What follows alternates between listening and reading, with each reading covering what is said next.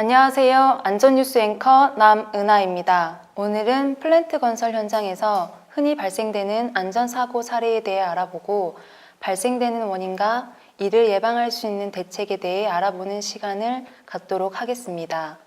이에 대한 집중 취재를 통해 여러분께 알려드리고자 조원주 기자 함께 하도록 하겠습니다. 플랜트 건설 현장을 취재하셨다고요? 네. 안녕하세요. 조원주 기자입니다. 플랜트 건설 현장을 직접 방문하여 매년 끊임없이 발생하고 있는 안전사고에 대한 원인과 이에 대한 대책 마련을 위해 취재해 보았습니다. 화면 함께 보실까요?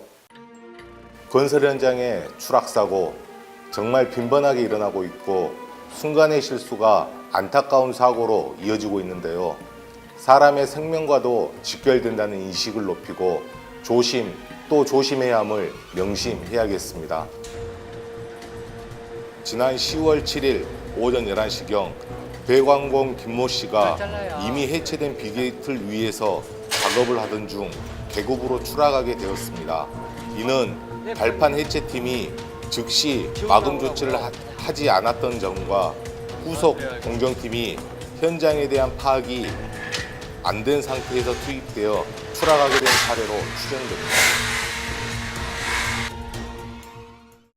네, 사건에 대해서 잘 들었는데요. 그렇다면 이 사고에 대한 재발 방지 대책을 안전맨이 알려주도록 하겠습니다. 안전맨 나와주세요. 우리들의 모두의 안전만을 생각하는 안전맨입니다.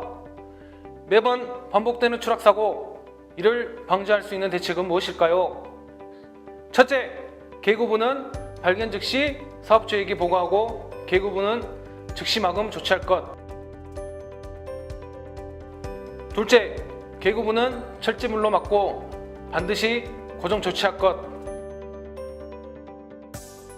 셋째, 계고부는 마금이 부득이한 경우에는 근로자 식별용 타포린을 설치할 것.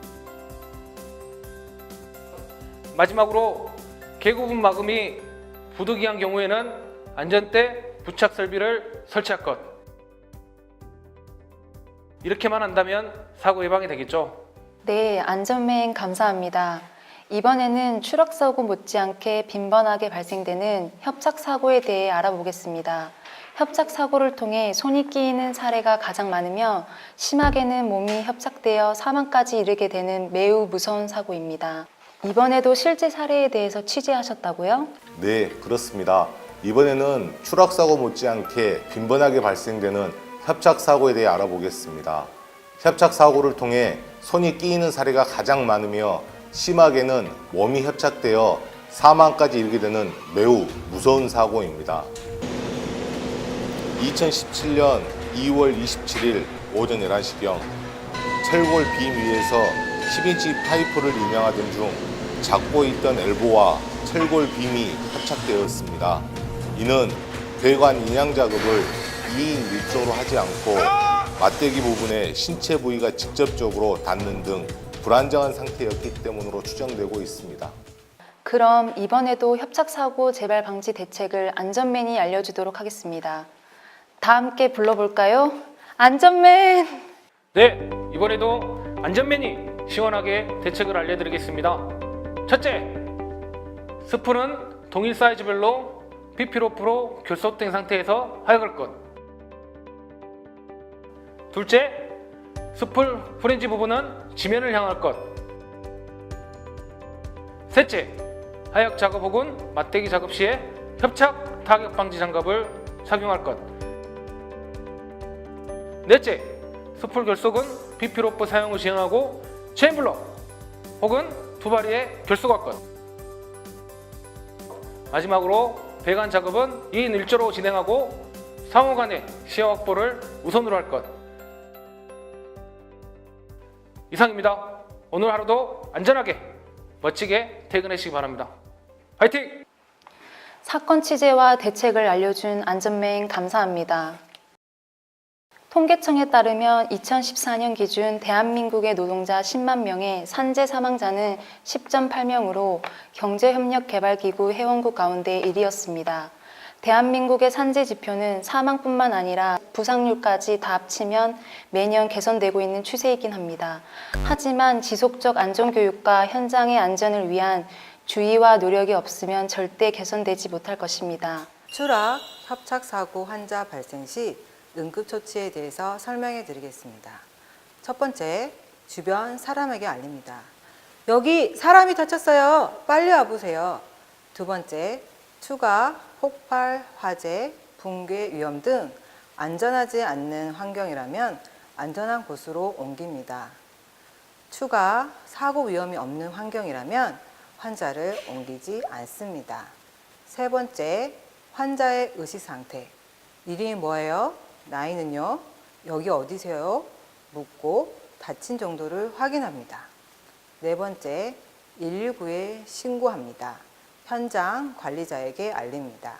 다섯 번째, 출혈이 있는 경우 깨끗한 수건으로 지혈합니다.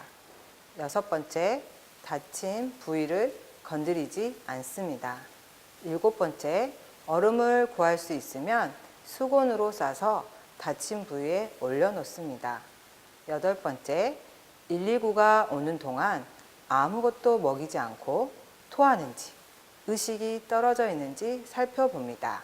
만약 의식이 떨어지고 호흡이 빨라지면 머리를 낮추고 다리를 올립니다.